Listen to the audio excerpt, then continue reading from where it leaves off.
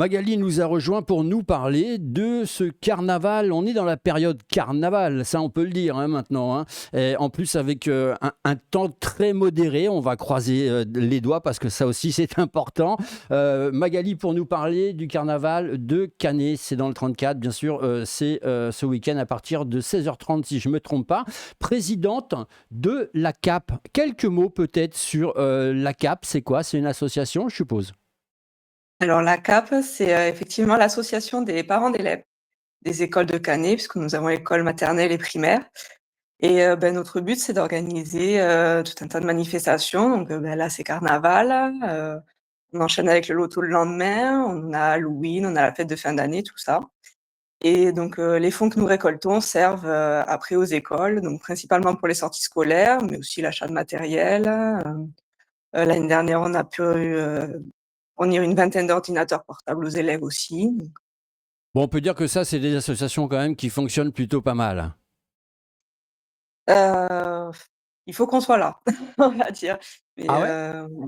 oui, bah, disons que sinon les enfants n'auraient pas grand-chose, en fait. Ah ouais, ben, je pensais que justement les associations de parents d'élèves comme ça, c'était des associations qui fonctionnaient plutôt, plutôt bien parce que tout le monde est concerné quand même. Alors tout le monde est concerné, mais il y a pas grand monde qui participe, Eh oui. aux préparatifs, on va dire. Eh oui, et c'est ça. Et puis alors là, pour le carnaval, je suppose qu'il y a des préparatifs. Alors, qu'est-ce qui va se passer concrètement parlant? Alors, je modifie juste un petit peu ce que vous avez dit, ça commence à 13h30. Ah bah voilà, je On me suis trompé. c'est pas grave. 13h30, on se retrouve devant l'école justement, on se prépare, on va défiler dans les rues du village, avec, notre monsieur carnaval, heu et notre dragon qui est, l'animal totem du village. On va arriver donc du coup ensuite, à la salle polyvalente où on va donc brûler monsieur carnaval.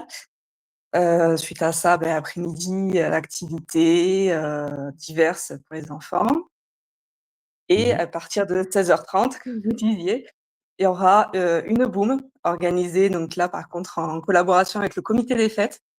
Une, vraie boum pour les enfants jusqu'à, 18h-18h30, et ensuite le comité des fêtes enchaîne sur sa soirée, mais pour les adultes.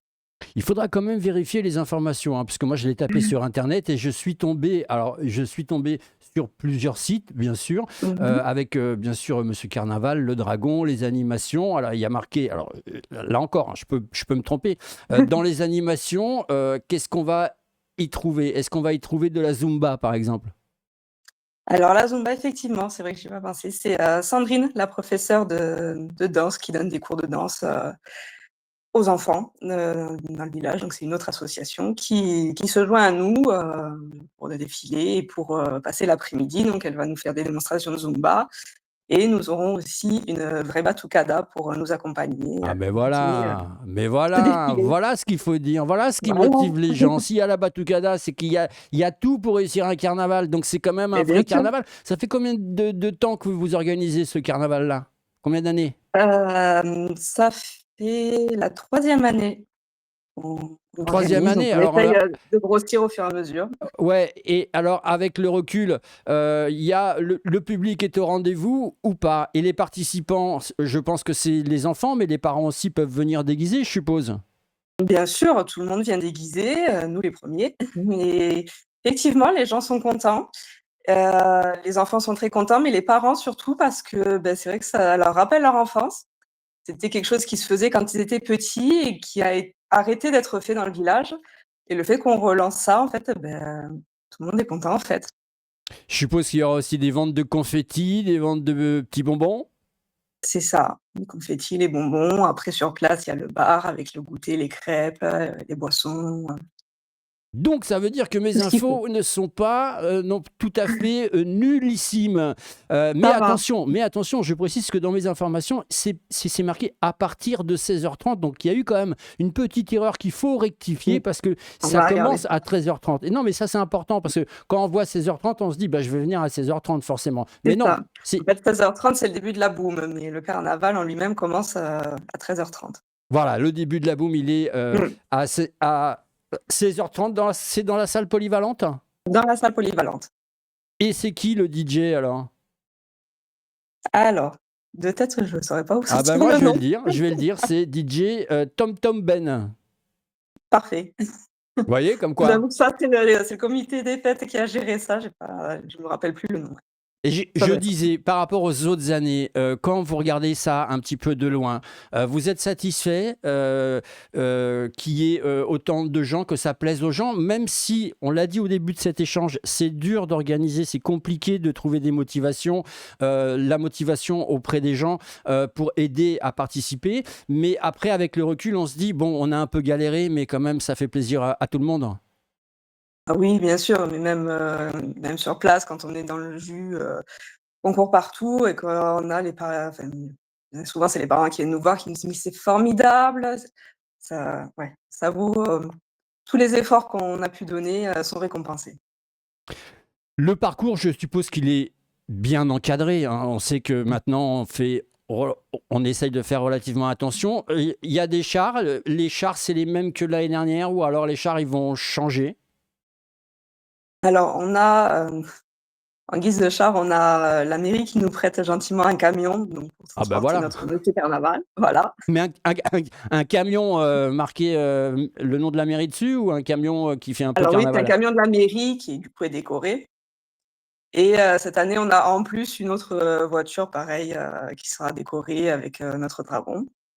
Donc l'année dernière, on avait que le camion de la mairie, là, on a une voiture en plus, mais voilà, donc c'est encadré, on réfléchit déjà à faire un trajet où il y a pas trop de circulation, où on peut passer avec les enfants sans que ça craigne et là où ça peut effectivement craindre un petit peu, on a, le policier municipal qui est avec nous, qui bloque, la circulation. Bon, bah ça c'est plutôt pas mal. Et puis je suppose que au moment du brûlage de Monsieur Carnaval, là aussi, bah là, la sécurité, elle est encore une fois, elle est encore renforcée, je suppose. Oui, bien sûr, il y a les barrières, il y a un périmètre de sécurité, on fait bien attention au sens du vent, s'il y en a. Est-ce que, Magali, tu croises les doigts pour le temps? Parce que, alors, hormis la boum qui est à l'intérieur, le carnaval, lui, il défile à l'extérieur. On va pas parler catastrophe, mais s'il pleut, c'est quoi? Ça sera annulé? Il y a une roue de secours?